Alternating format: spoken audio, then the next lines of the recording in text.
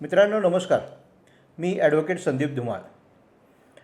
आज हा व्हिडिओ बनवण्याचं कारण असं आहे की मला तुमची काही मतं जाणून घ्यायची आहेत. कारण चर्चा करताना असं दरवेळेला जाणवतं की जो त्रास माझ्या मनात आहे किंवा जी शंका माझ्या मनात आहे अशी शंका बहुतांश लोकांच्या मनात असते. फॉर एक्झाम्पल, सरकार जे एखादं काम करतं त्याच्यामध्ये जे पैसे गुंतवतं, आपल्या पैशाचा वापर होतो, आपण जे टॅक्स भरतो, आपण दररोज ज्या वस्तू विकत घेतो त्याच्यामध्ये जो GST घेतला जातो सरकारकडनं, याच पैशातनं सगळी सरकारी कामं होतात. तर बऱ्याचदा अशी काही कामं आहेत ज्यांची सोय कमी आणि गैरसोय जास्त वाटायला लागते.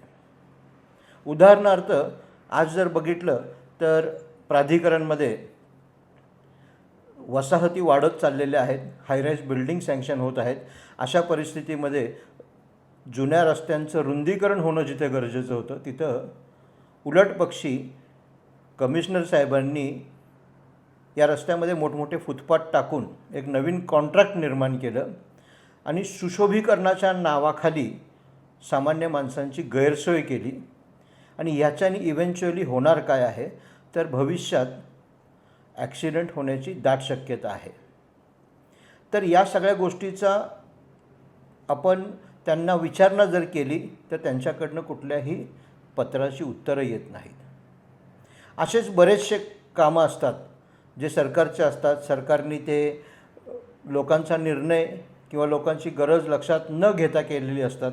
फॉर एक्झाम्पल, BRT रस्ता. आता BRT रस्त्यामध्ये जे बसेससाठी रूट्स बनवलेले आहेत त्याचे रेलिंग्स जर बघितले आणि त्याचे टेंडरचा BOQमधले जर त्या रेलिंगचा तुम्ही गेज बघितलात आणि एक्झिस्टिंग जो आत्ता सध्या रस्त्यावरती जे रेलिंग्स लावलेले आहेत त्या रेलिंग्सचा गेज बघितला तर खूप मोठी तफावत आहे. आणि ह्या तफावतीमधून कोणी पैसा कमवला, हे असे बरेचसे प्रश्न तुम्हाला पडत असतील आणि पडत राहतील.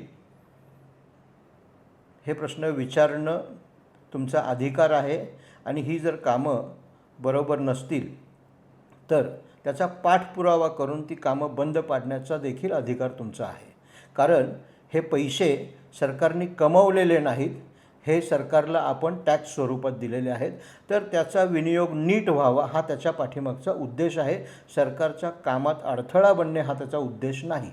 कुठलेही अधिकारी, सरकारी अधिकारी अशा पत्रव्यवहाराचं जेव्हा उत्तर देत नाहीत त्यावेळेला तुमच्याकडे एकच पर्याय उरतो, म्हणजे कोर्टाचा दरवाजा ठोठावणं. पण हे करत असताना मित्रांनो, वकील म्हणून मी सांगतो, मला कितीही जरी वाटलं तरी मी एकटा हे करू शकत नाही. याच्यासाठी लोकांचं पाठबळ लागेल. आर्थिक पाठबळाचं मी बोलत नाही आहे, पण हे एक मानसिक पाठबळ असतं. आणि दुसरी गोष्ट, कायद्यामध्ये जी लोकस्टँडी असते त्या लोकस्टँडीसाठी हा लोकांचा आवाज म्हणून आपण मागणी करू शकतो. आणि त्यासाठी मित्रांनो मी एक संस्था स्थापन केलेली आहे. त्या संस्थेचं नाव आहे कॉज, आणि त्या संस्थेचं तुम्ही सभासद व्हावं अशी माझी प्रामाणिक इच्छा आहे. या संस्थेची नोंदणी शुल्क फार मिनिमम ठेवलेलं आहे आपण. ते नोंदणी शुल्क तुमच्याकडून पैसे मिळावेत यासाठी नाही आहे, पण फक्त त्याच्या पाठीमागचा उद्देश असा आहे की तुम्ही ते पैसे दिल्यामुळे तुमची जी मनशा आहे ही किती प्रखर आहे एवढं फक्त आपल्याला. तर मित्रांनो, तुमची मतं आम्हाला जरूर कळवा.